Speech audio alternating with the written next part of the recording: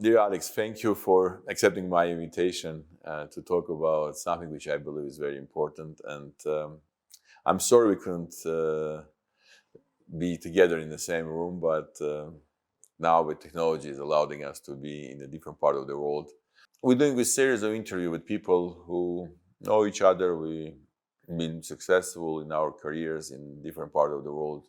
But at the same time, we all stay Armenian. And one of the key challenges which I think we're all facing today is what is the future of Armenia? What is the future of Armenian world? How, with the current environment, which is becoming more and more turbulent and more, I think people feel danger and uncertainty about what's happening in a different part of the world. How we Armenians can not only keep our identity, but really go ahead and build a good future. And if I may start with one of my first question to you, you've been born in Argentina, you moved to LA, and you've been studying Armenian in school. Like your parents tried to keep your Armenian identity. What is for you being Armenian? How you feel? What is the Armenian being person who's never been living in Armenia? You've been born in Argentina. You grew up in your all careers. Your success was happening in the United States. At the same time, you kept your identity and it was important for you. Why, if I may ask this question? I think it starts from home. I think that when we were growing up in Argentina, we were not allowed to speak one word of Spanish at home. I think my sister and I went to school when we were 5 or 6 years old, and the teacher called my mother and said, you know, your kids are very nice, but I don't understand the word they're saying, and they don't understand the word I'm saying. So the Armenian culture was very embedded in us from a very, very young age, and I think that's very important that future generations continue to do that. And it's in our DNA. You know, I've only been to Armenia once, but it was the most emotional trip I've ever had in my life. It was just wonderful because everything mattered. You know, if I visit a third world country as a tourist, when I leave, you know, everything is left behind. But when I go to Armenia, everything is important to me. If there's a pothole in the street, or if I don't like what's going on in the villages, everything is very heartfelt. I think we have to continue that kind of Armenian feeling with our children and our grandchildren. My grandchildren understand both dialects, Eastern and Western. Wow. So my kids were not allowed to speak English at home when they grew up. So I think it comes from home, and I hope that we don't lose it. I hope that from generation to generation, we're able to continue to pass on to the next generation what it feels like to be Armenian. Because being Armenian is a feeling. It's true, but Alex, it's you and me, we have a lot of friends of different nationalities. It's quite unusual, if you be honest, to have friends from many other nationalities. And they've all been asking why Armenians have a strong connectivity. Because at least I was born in Armenia. I left Armenia when I was 17 years old. You've been only once in Armenia, and you speak Western Armenian. In the home, I'm sure your Eastern Armenian was additional for your challenge, but you kept this identity despite it was not any benefit for it, right? It was nothing. It was not like you say, oh, if you're Armenian, you can benefit from it. It was more your own choice to stay Armenian by choice, like Nubar described. We always have a chance to say, okay, I have Armenian parents, but I am American, or I am Russian, or whatever. But we stay, no, Armenian by choice. It's something which is very unique. We all been surprised to find how many our friends say, I'm Armenian by choice, not because I feel obligation to my parents or because of some other reasons. And it's an amazing element which many of my friends from other nationalities never understood very well, why it's happened. From your point, what does make us so different? Why for you was important being American successful entrepreneur, one of the most successful Armenians in America, continues to keep your identity Armenian? I've been in the United States for 52 years, and I still consider myself a guest in this country. My culture is very different. What I believe in is very different. My definition of friendship is very different. It doesn't make it right or wrong, but I am a guest in this country in the sense that I have not changed any of my values by being here. I have not changed any of my customs by being here, and I have retained inside, as you say, being Armenian by choice, and I am very proud to be that way, and I'm very proud that I have been able to keep the culture after being in this country, in this melting pot for over 52 years. And I think the more important thing is that I see that now in my children, and in my grandchildren. That is a bigger accomplishment. It's an unbelievable accomplishment. By the way, congratulations. I know your family and your son was in Armenia, and you made an investment donation to the TUMO, which is one of the unique projects which we are very proud. Armenians, being small country, exporting education to France, to Japan, to Russia, to Beirut. It's amazing, right? The country would basically have only $13 billion GDP and 3 million people living in the country. And it's an emerging market, but at the same time, we are exporting the education, and you are supporting this project. And I would say it's very critical for all of us, I think, because many of my Russian friends that we're jealous is Armenian TUMO in Moscow, and kids from other nationality coming to the center to see what Armenians exporting education, not the oil, not the other assets, but more knowledge, which has become very important for the 21st century, especially. And I say thank you. And I don't know if you're aware, but TUMO is now doing a major expansion throughout Armenia. Right. We're building hubs in major cities and building a TUMO box in each one of the 114 villages. So basically, TUMO is going to be educating an entire generation of Armenians on how to be computer literate. And I think that's critical because I think our true hope for the future is our next generation, not my generation. My generation in Armenia is not it's different than what I hope the future generation will be. No, absolutely, I agree with you. And what Sam Simonyan and his family did is unbelievable. And one of the things which I want to talk with you openly and frankly, Sam Simonyan, Kafesjan, Kirkaryan, many other people from Russia, from Europe, did a lot of contribution to Armenia when we got independence. At the same time, we see the big gap between diaspora and people who live in Armenia, not from point of doing charity project, but engaging and using his knowledge and experience, which we all got in different countries. Why it's, in one hand, we can be very proud about Kafesjan project in Armenia, or Sam Simonyan, or what you're doing, or we are doing with Nubar and many other friends and partners the last 20 years. At the same time, we see this isolation or sometimes separation between the people who live in Armenia saying thank you, but don't bother, don't teach us, don't become part of our system. Today, Armenian diaspora who hold Armenian passport don't have a right to vote, don't have a right to become running any position in a country. And we see very strange situation when on one hand we are very welcomed, we can do, and we're doing amazing project. At the same time, it's unification that don't happen. What's the reason? Why I think it's happened? We cannot get better use this assets. I think that unfortunately,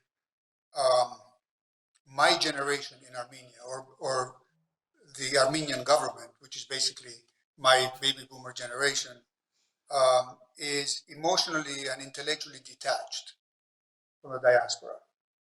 As you said, they don't want any input from us.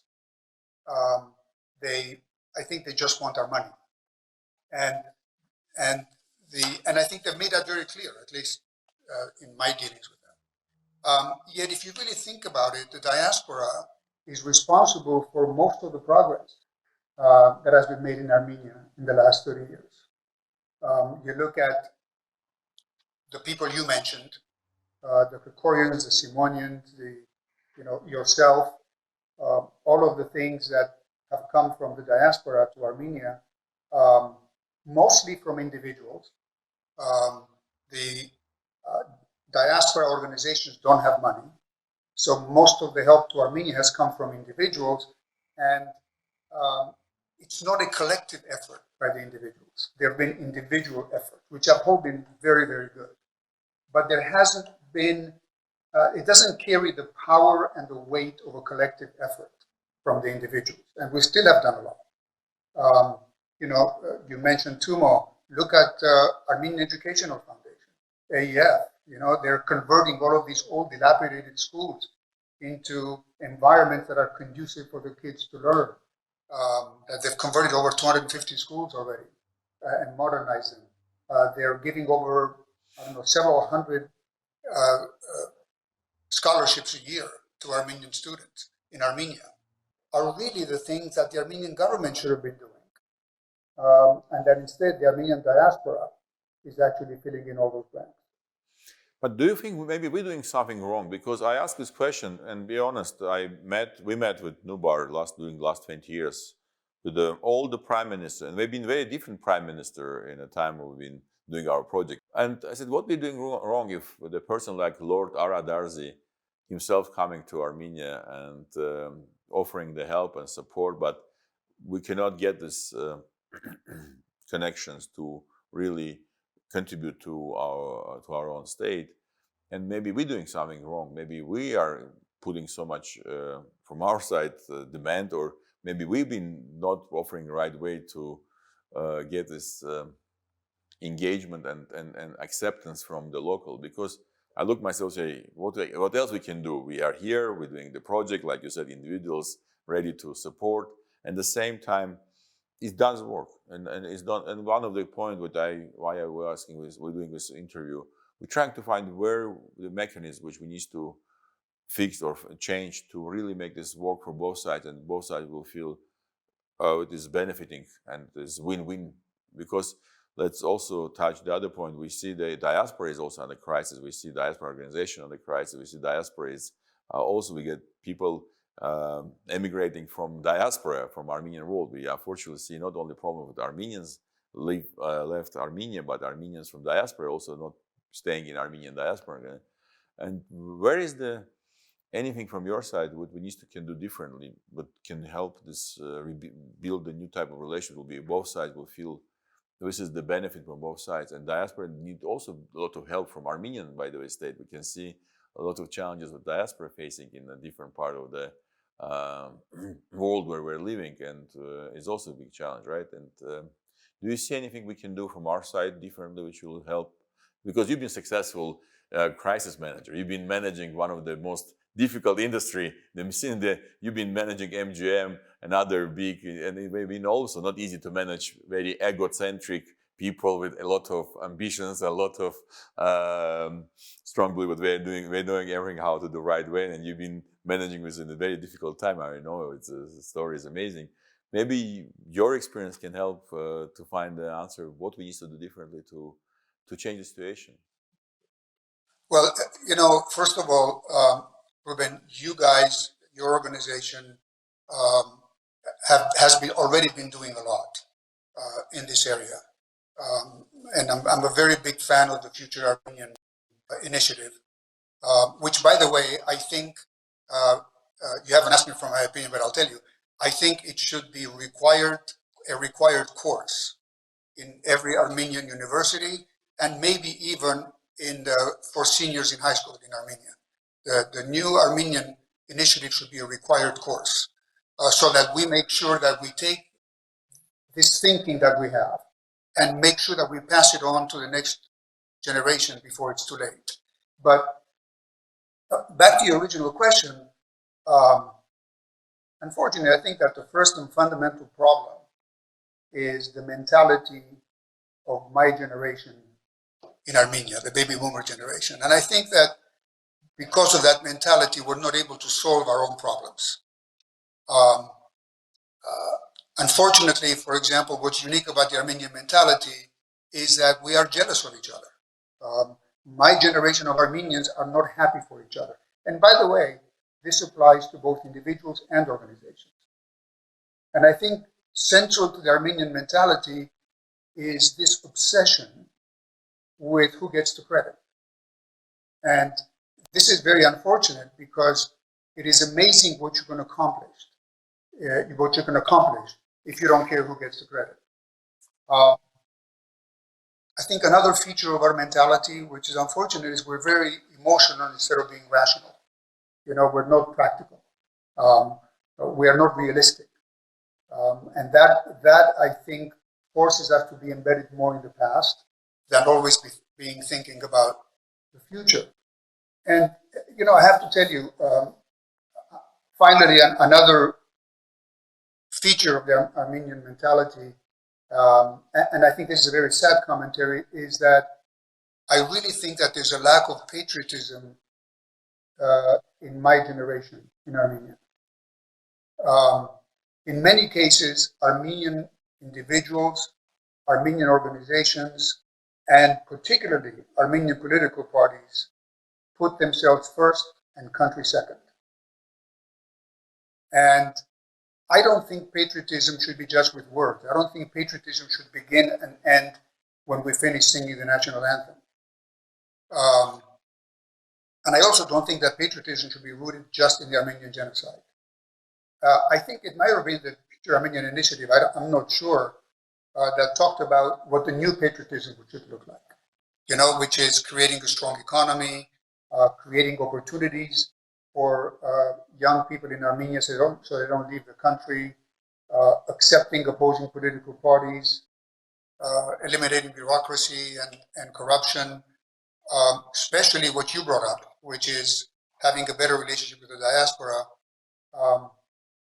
This is what new patriotism should look like, in my opinion. And so, to be honest with you, Ruben, I don't think our biggest enemy today is Turkey or Azerbaijan. I think our biggest enemy today is the mentality of my generation in Armenia. I agree, but maybe it's not only generation, Alex. I will say I speak a lot with people who is younger than me, and they are entering the world just with the new technology opportunity. They're becoming very successful in a younger age. I can see as isolation and in some way not having state mentality. One thing I found myself interesting with the Armenians, very strong individuals, very strong entrepreneurs or scientists or doctors. They quite well accepting by all other states and nationalities and doing very well in other countries. But building our own state and having state mentality, like you said, being patriot is who putting the state or own country number first before yourself is not obvious for all of us, not only people who live in Armenia. And the state mentality is creating one of the challenges because there is respect to state, respect to the law, respect to the system, and at the same time demand from the system to be servicing to the people, not just putting bureaucracy and pressure is one of the challenges. But one thing that I found also interesting in Armenia, one of the reasons why I want to talk with you about these all issues, it's I can see the big absence of the leaders, not the people who are running the country, not people who are running the official position, but people who become role model, people who've been respected, not because they are having some position or because they've been appointed or by some organization, but people who've been just respected because of who they are, how they live, what they achieved in their life. And one of it's in Armenia is Arachnort, whereas you are your leader, you're not the Rekavar, you're not the running, you're just respected because who you are. And one of the things we're trying to find how we can build in our country, in our nation level also, this type of the leadership, acceptance of the other people who really can bring some knowledge, wisdom, and experience. Like again, your experience, unbelievable. And Armenians dreaming to have a movie. Maybe Armenians wants to make some companies. They want to do some, build some big institution, but they never came to you say, Alex, can you do a mentor class or master class to talk about how you, not while you being Armenian and doing donation, but how you manage the company, how you make the company transforming from one state to other. It was interesting for me, which we just started now with my local partner, whose name is also Ruben, this leadership school. My name is Matena, but we try to engage sharing leadership knowledge to the Armenians, saying, guys, it's very important to use this opportunity which we got, what nobody else said. having Serge Churuk from France, or having not only Armenian, but Carlos Gon, who was running Renault and who is willing to, now he's teaching in our class sharing his experience. A unique opportunity which we need to use, but unfortunately, with leadership excellence to leaders who people trust, who leaders respect, and we are unfortunately usually love people who pass away. After they pass away, we always proudly talking, oh, by the way, Shahraz Naur is our hero. But how well we engage them to be really leaders who can be role model is one of the challenges that I found. I think that part of the problem that you are describing comes from the Armenian government's ignorance of development economics. In other words, how a third world country can transform itself into an advanced society. And we have some great examples of that today. Look at Singapore, South Korea, Taiwan. All of these countries were third world countries not long ago. And look at them today. And I think that part of the fundamental problem is that I'm concerned that the Armenian government doesn't grasp the fact that economics is a technical field. It's not an ideological battleground, And for Armenians, everything becomes an ideological battleground. So I think that's part of the problem, because they don't want advice from anybody outside that inner circle. So I think the best solution is not to deal with the current government and the current mentality of my generation in Armenia. I think it's the new generation. I think our hope is totally in the new generation. I think people like you and Nubar and Sam Simonian and we have a lot of people in the diaspora that are very, very impressive people in terms of whether in business or politics or what have you, that should be guest lecturers at either AUA or Yerevan University. And I think the university should embrace this. Even American universities don't do that enough. If you're a business student and Warren Buffett comes to give a lecture, you just died and went to heaven. That's what we should be doing in Armenia. We should be having very accomplished Armenians from around the world, and we have many of them, be regular guest lecturers on their specific fields of expertise in the Armenian universities, and again, maybe even as to seniors in high school, so they can start early, understanding that there's a very different world out there than the world created by the governments that we've had for the last 30 years. No, yeah, I totally agree with why like I said, we started this project, Future Armenia. We got 110,000 people from 108 countries. And when I told these numbers to the people, they said, in other nationalities, they said, it's amazing to have somebody who living in Burkina Faso and he cares about Armenia and wants to be part of Future Armenian. It's amazing. One thing I want to touch is about the diaspora. Look, one of what makes me nervous about the future of Armenian, this is why we named not the future of Armenia, but future of Armenian, it's what's happening in diaspora also, because I can see in many places, like in old Armenian places in the world, like Singapore, which we don't have anymore, Armenian strong community, or in Jerusalem, or in Venice, we have this challenge of keeping our heritage, which is unique. Like how many other nationalities can be proud to have in Jerusalem? 1/4 is Armenian, and the question: who is responsible? The state can say it's not our territory. We cannot manage with the problems. It's not under our supervision. On the other hand, is Armenian heritage, which was important, at least for me, to feel when going in Jerusalem, I can see Armenian culture. It's a part of making me proud. Well, going to Singapore, and everybody knows the Raffles Hotel was Armenian hotel, and it was many other things was Armenians left to Singaporeans.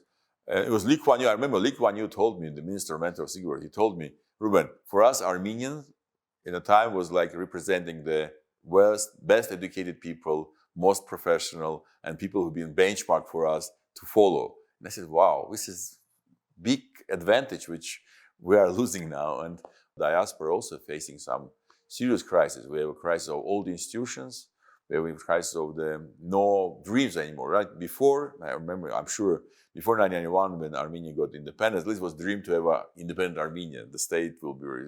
But now, what is a dream? How to keep diaspora engaged and how to keep diaspora not only to help Armenia or to work with Armenia, but also stay strong in themselves. You know, Ruben, I really believe that our only hope for the future is to educate our new generation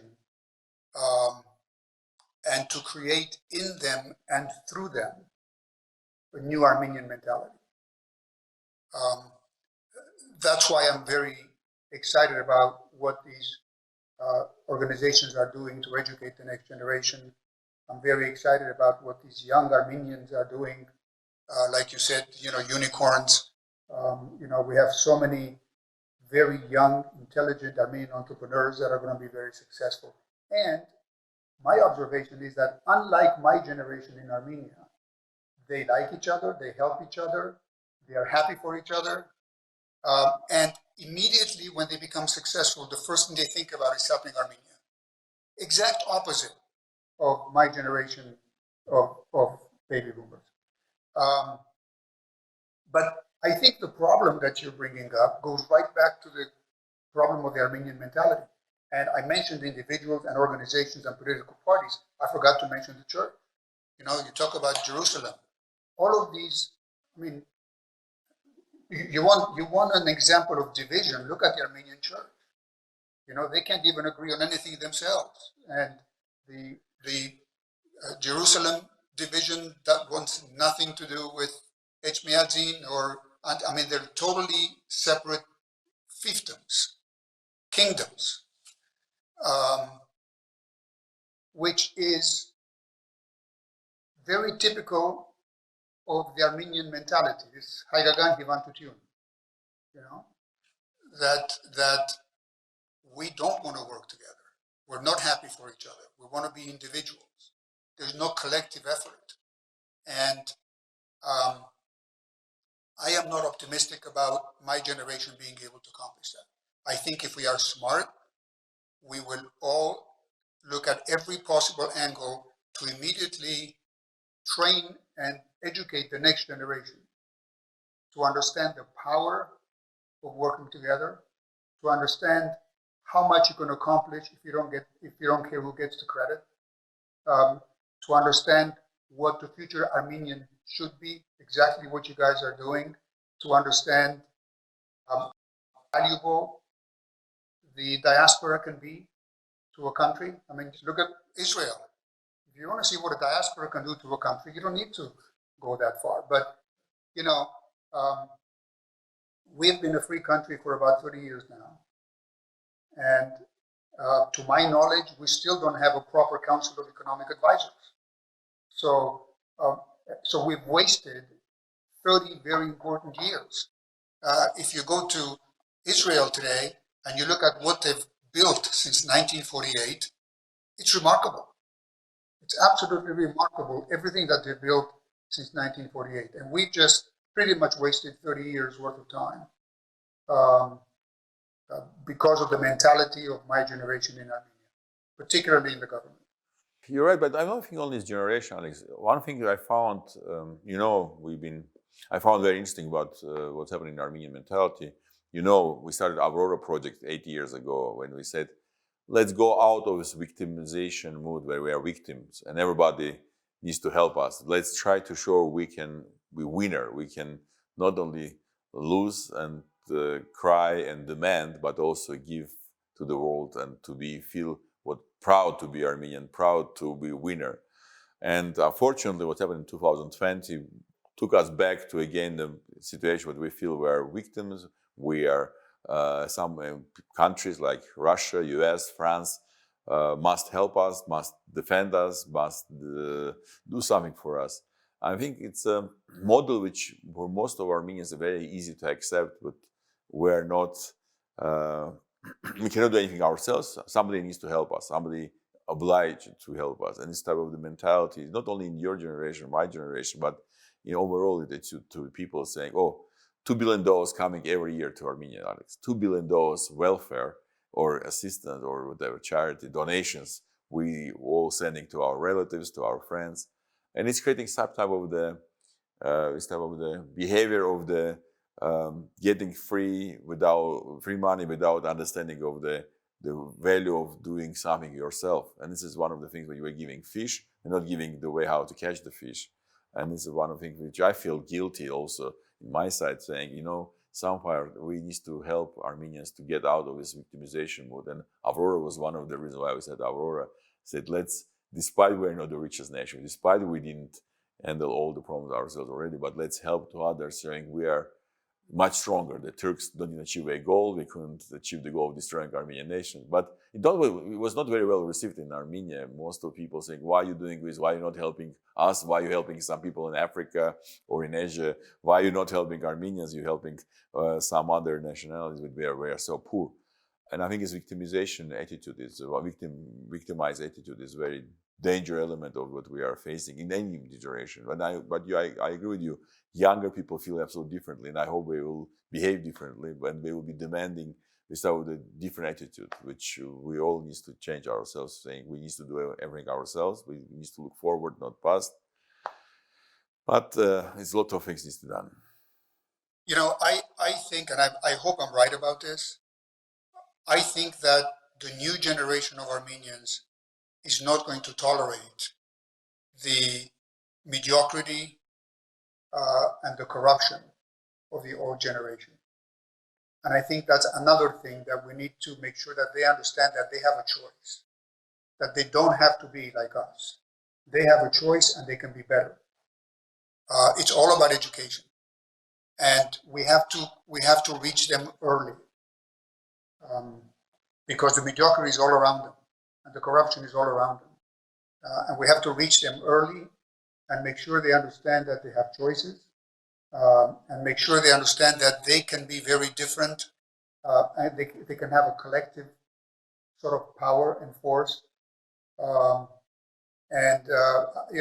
am actually, as much as I am down on my generation of Armenians, I am very, very optimistic about the future generation. Very optimistic. I agree. I also optimistic. But one thing I see, what we need to do for our side,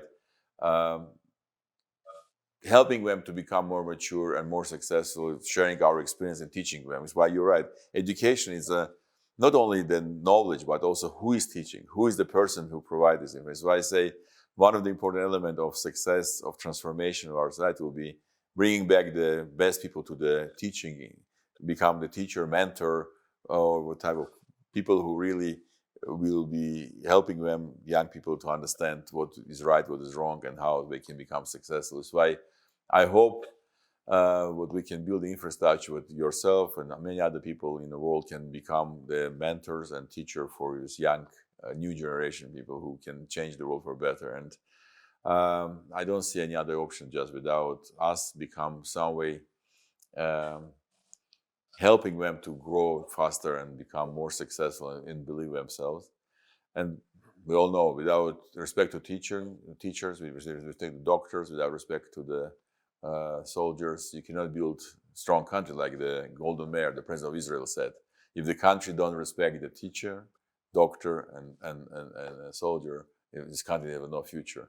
And we're trying our do best to rebuild this all respect back to in our side also. And I want to say thank you for your time and thank you for this opportunity to talk. And I hope we can meet in Armenia. We can meet with the families, the generation. And again, I'm so glad to see your kids and your grandkids continue staying Armenian. And I think it's the best example showing, despite all the disappointment and negativism and sometimes criticism to ourselves, we are saying we are proud to be Armenian. We are proud to who we are and want to do our best to make Armenia a prosperous country, and also Armenian nation feel proud to be in all the different countries, being good citizens of the countries where we operate, at the same time being proud that we are Armenian.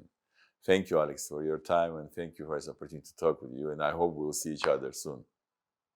Thank you very much, Ruben, and congratulations again on everything that you are doing for the country. Thank you.